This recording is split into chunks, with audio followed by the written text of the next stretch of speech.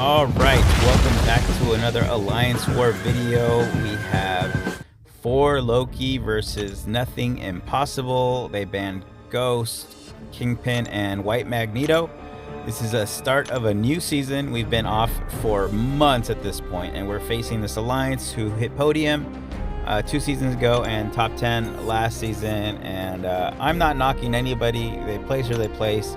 You get matched who you get matched, and it's your job to win or lose. So, you know, deaths happen in war, and lots of things can ebb and flow. So, anyways, I have Omega Sentinel, Absman, and Tigra for this war, and Omega Sentinel is going to do a bulk of the work.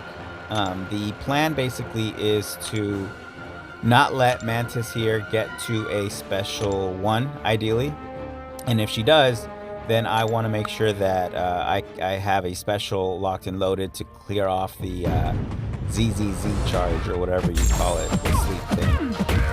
But with the power burn tactic, while it does remove the prowess that is actually coming from this node, it burns her, so I can't push her to a special 2 ideally. So I have to 4-hit combo, hold block, and there I eat that heavy, unfortunately.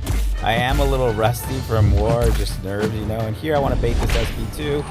She throws it, perfect, and now I'm just, going back at it. I do have recoil on, but I decide to get some damage right here, and I get land one incinerate on her, and I'm just going to pause it at this point if I can.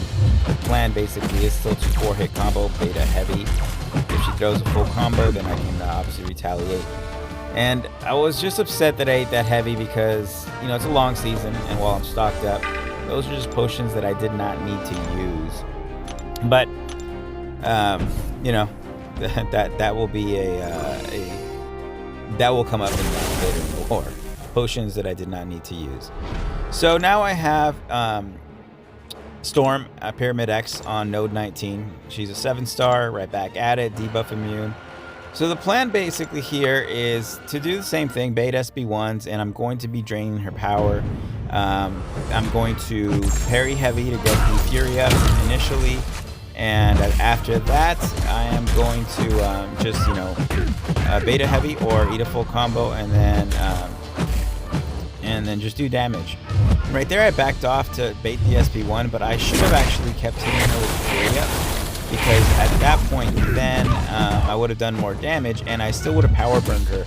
I was a little tentative to push her to 2 bars, but I see here that I power burned her and she threw that special 1. I was like, oh, I just need to get her, I need to knock her down with my special 1, and then she'll throw her special 1 and then just do as much damage as I can.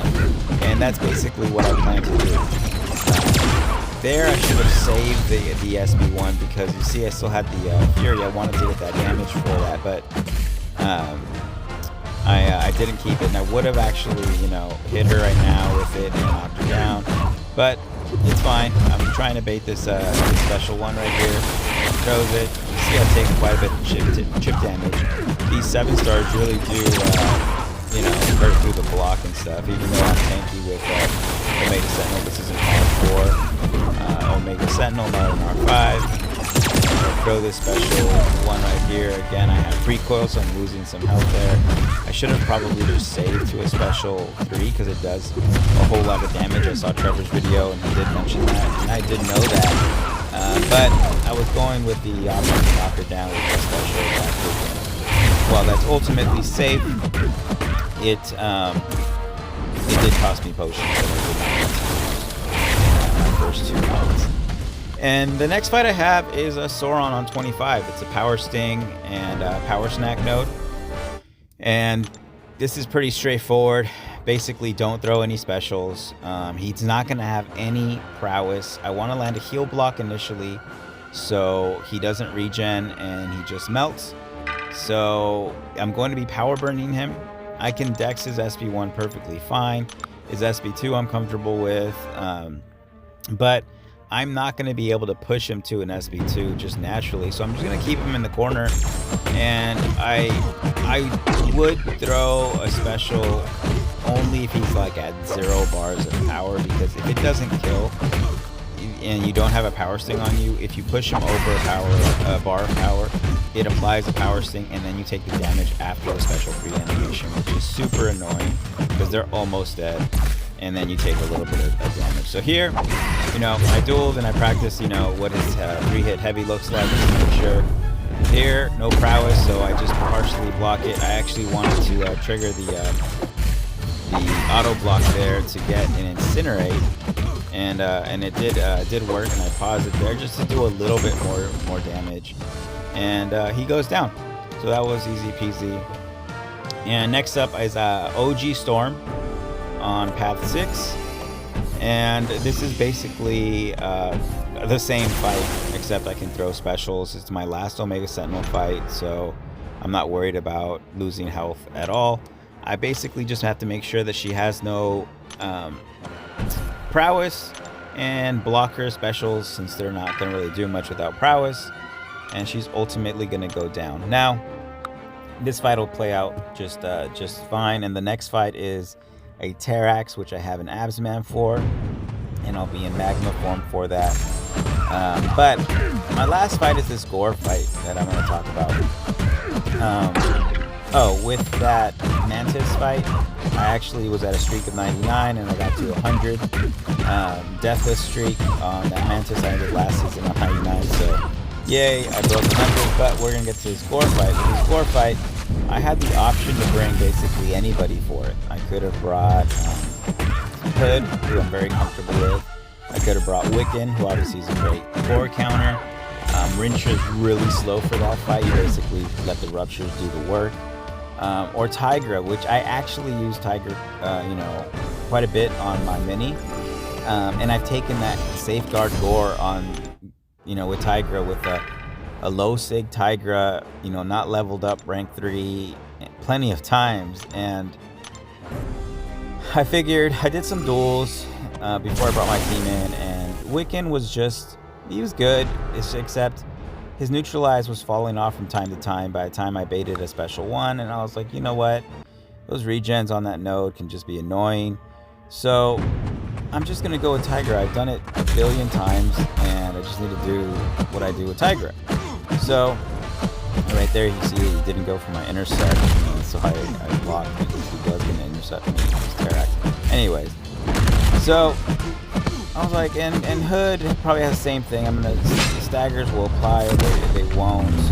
But Tiger, I can just parry, combo him into the corner, and the neutralizes up, and it's doing damage. And I'm just gonna bait SB1s, and I can parry, and I don't have to worry about a thing.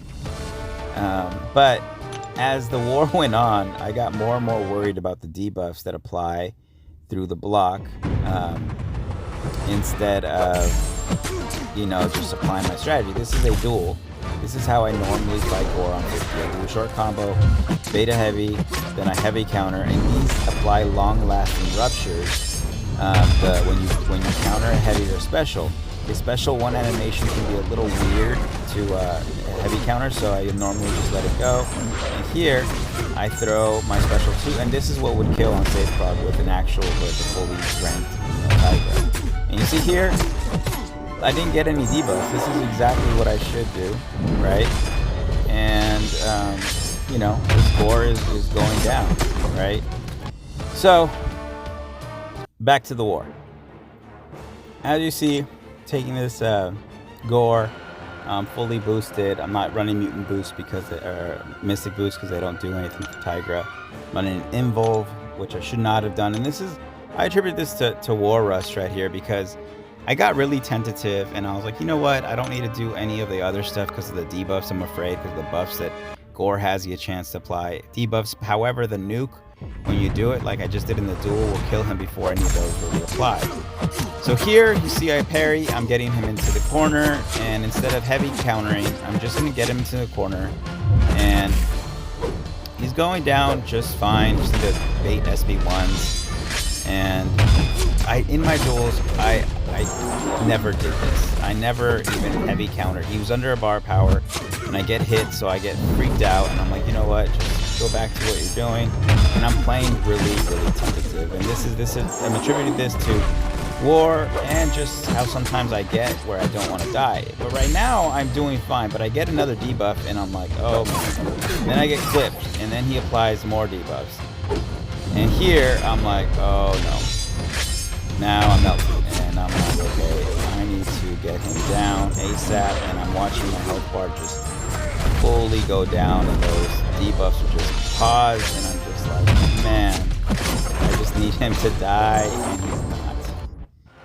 And you see how just one thing tumbled into another, and here I heal back. I have to use potions. I debate going in just with this health because I know I can kill him, but I'm like, you know what? I melted that last part. I'm not melting again. And so I go back in and I lose my streak. But more importantly, I caused my alliance a death, which sucks. But here we go. The plan basically is the same. Get him into the corner, and he's so low that I'm not going to activate the heavy. I'm just going to basically make sure that he throws the special one and use my special to, push him over a bar and repeat like I should have done. And at this point, he gets very passive here, and I'm like, oh my god. He's like at 4%. If I get clipped, or he throws his SP2, I'm just going to hate my life. But he ultimately throws it here, and he's gonna go down just fine.